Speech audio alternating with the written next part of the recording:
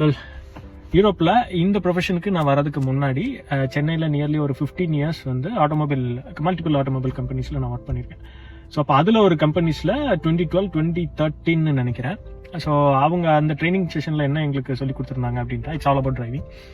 So அதில் ஒரு statistics வந்து ரிலீஸ் பண்ணதான் சொன்னாங்க. இந்தியாவில் கிடையாது, இட்ஸ் ஃப்ரம் UK. அதில் அவங்க என்ன சொல்கிறாங்கன்னா, 90% of Indian drivers are driving it in a wrong way, believing that they are driving in a right way அப்படிங்கிறது.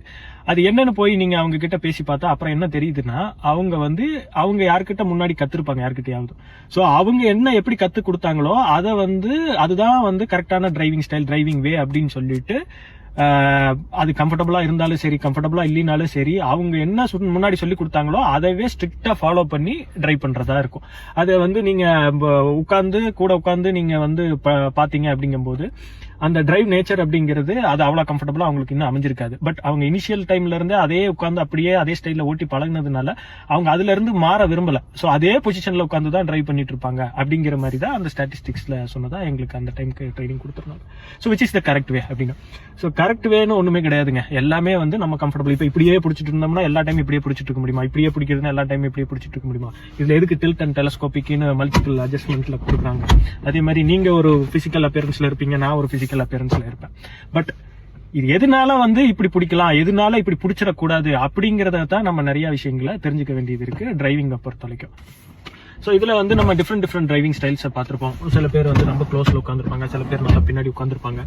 ஸோ இப்போ இது பிரீஃப் பண்ணோம் அப்படின்னு சொல்லிட்டா மச் ஆஃப் டைம் ஆகும். So I will make it short. So இப்போ இதுல correct வேன்னு சொல்ல முடியாது. இப்போ எங்க ட்ரைனிங் செஷன்ல நான் ஆட்டோமொபைல் கம்பெனிஸ்ல கொடுத்த ட்ரைனிங் மூலமாக சில விஷயங்களை லேர்ன் பண்ணி அப்புறம் ப்ராக்டிக்கலா உண்டான எக்ஸ்பீரியன்ஸ் அப்படியெல்லாம் பார்க்கும்போது இந்த கை ரொம்ப ஃபோல்டா இருந்ததுனால ஸ்டேரிங் பண்ணும்போது கண்ட்ரோல் கரெக்டா வராது. அதாவது இந்த ப்ரிசைஸ் ஃபீட்பேக்னு வராது. ரொம்ப ஸ்ட்ரெச் பண்ணிருந்தீங்கனால இம்பாக்ட் பண்ணும்போது வண்டி இம்பாக்ட் ஆயிடுச்சுன்னா அந்த இம்பாக்ட் எனர்ஜினால உங்களோட பாடியில நிறைய இன்ஜுரி வரும். ஸோ இப்போ இது ஓரளவுக்கு ஃபோல்ட்ல இருந்ததுன்னா உங்களுக்கு ப்ராப்பரான ஸ்டேரிங் கண்ட்ரோல் கிடைக்கும். அதாவது வாடிக்கால் இப்போ நீங்க ஹை ஸ்பீட் டிரைவ் பண்ணாலும் சரி, ஒரு ஸ்லோ மூவிங் டிராஃபிக் இல்ல நேரோ ரோட்ஸ்ல டிரைவ் பண்ணும்போதும் சரி. அதே மாதிரி மெயின் மேட்டர் என்னன்னா, அந்த ஸ்டேரிங் ஹோல்ட் பண்ணி ரைட் எடுக்கிறதாகட்டும் லெஃப்ட் எடுக்கிறதாகட்டும் அதுக்கு ஒரு வே ஆஃப் ஸ்டைல் இருக்கு.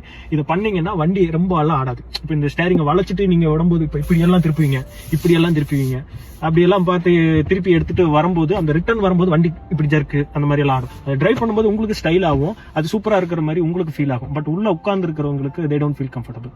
ஸோ அதுல என்னன்னா, உங்களுக்கு ப்ராப்பர் வேயா ஸ்டேரிங் பிடிச்சிங்கன்னா பின்னாடி உட்காந்துருக்கிறவங்களுக்கு, உங்களுக்கு கூட இருந்து வரவங்களுக்கு எல்லாம் அவங்க கொஞ்சம் குவைட் கம்ஃபர்டபுளா ஃபீல் பண்ணுவாங்க. அவங்க உங்ககிட்ட சொல்லினாலும் பரவாயில்ல, அவங்க உள்ள ஃபீல் பண்ணுவாங்க, okay this person is driving good.